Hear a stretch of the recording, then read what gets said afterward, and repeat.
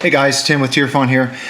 Some people have been asking about my Pach Store Fallen Flyte build and modification. Just kind of wanted to go over what my process was with this build and talk about some of the modifications that I did. So this started off as a Pach Store Fallen Flyte.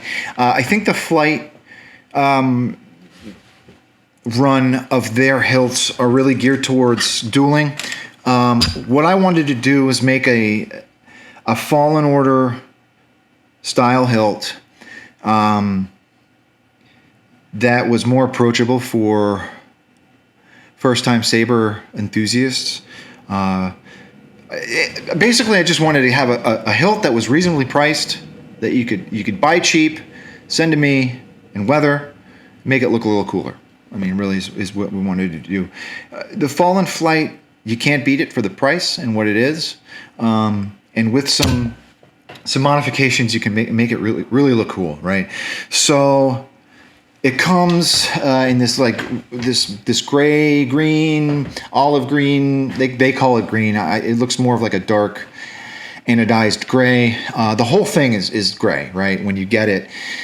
So what I did was I knocked down some of that, obviously, in the crystal chamber section, and I also took it off of the emitter fins and some of the grip, right? So I knocked that back with just some sandpaper and some scouring. I didn't want to use any of the chemical process to remove the anodization on this one because I didn't want to remove it everywhere, right? So I just manually took it off. The fins, when you get the fins, they are attached to the hilt with set screws, okay? I wanted to do a little different, and these are just in place with some strong neodymium magnets, okay? When you do that, you render this hilt non-duelable. I'm just going to say that right now. These will not stay attached in a duel. And I didn't really want to make this as a dueling saber anyhow. This is more of like a showpiece or just something you're going to keep on your mantle or your display case and take it out and swing it around, put a blade in it, and show it off. But you can't duel it. I mean, if you want to do a build where you just keep those attached, that's fine and it'll be duelable, right? But this particular one is not.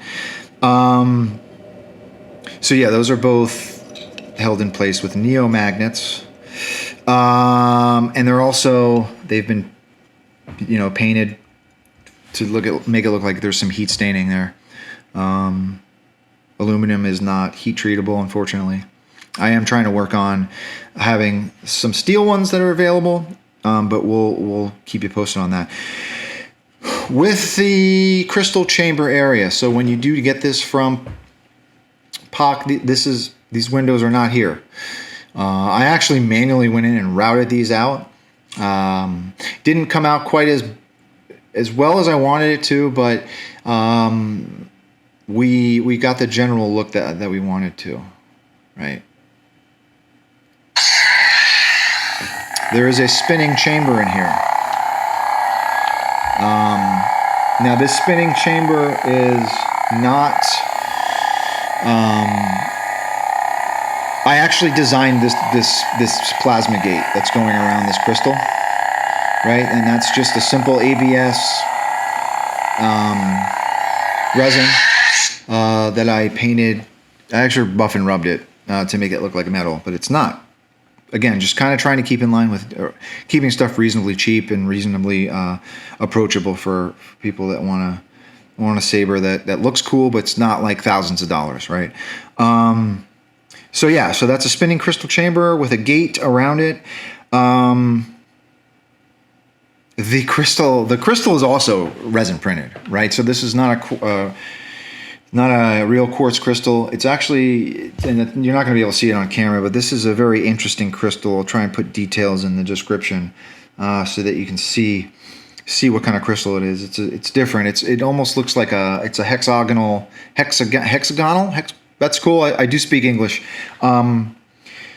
It's different. It's not your run-of-the-mill quartz crystal or your run-of-the-mill 3D printed crystal. It's 3D printed in resin, clear resin, so you do get shine through. NeoPixel in the crystal chamber, its own blade. So let's work our way down. So the pommel. A lot of people are talk about this pommel section, and I do have to say that I'm pretty stoked about this, and I'm really proud of it.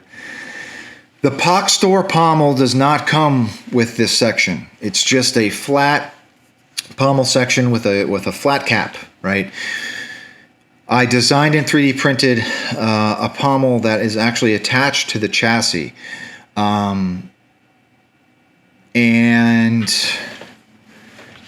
yeah, you can't really see. This pommel's got all kinds of stuff going on with it, man. Like there's burnt wires, there's some copper, there's some stuff that I made with some coiling around it, there's some old resistors. I mean, there's all kinds of really cool detail going on in this pommel. Yeah, detail like this is always my favorite part of any build. I mean, I think I went in and took some of these coils, painted them while the paint was still wet. I took a blowtorch to them just to make it look like they've been oxidized and they've been burnt. I mean, Cal's saber started off as a broken saber, right? And I really wanted to give it that look. A lot of people say that if this saber had been in a duel and was hit by another saber, it would probably be just a clean shear. But I just wanted to make it look like it was torn and broken, right? And I think we achieved that. However, what I really like about this pommel section is the wires, right? So wires look like they're sparking and they're still live. And these were pretty difficult to do, actually. These are 1515 NeoPixels, and they are about 1 millimeter square. Soldering these was interesting. I had to use my jeweler's magnifying glasses to do that. I don't have a heat soldering station, so I did those by hand, and so they're wired through. I made a 3-conductor wire out of, so they're 28 gauge 3-conductor in wires in each of these, and then I wrapped them with some shrink tubing to give it that exposed wire look. Yeah, and then so everything is modular. You can still unscrew your grip and get to your battery, right? And your kill switch, okay? Your speaker sits in here. That's a 24 millimeter Smuggler's Outpost speaker. And you can remove it still. Oh, and I put, so the wires are also in the grip. So everything's removable and accessible. Your board's accessible, yada yada. And did some weathering on the grip as well. So yeah, that's just a basic guideline or a basic rundown on my Pach Store build. It was a pleasure to do. It was like I said, the idea was to just give a cheap hilt some custom treatment, and yeah, I don't know that I will be offering services on one of these in the future, but we'll see. If I get a lot of requests for them, I can do them for commissions. But yeah, people were asking for me to give some more detail on that build, so hope you enjoyed it. Leave a comment. Don't subscribe. Don't. It's your world. All right, guys. Talk to you later.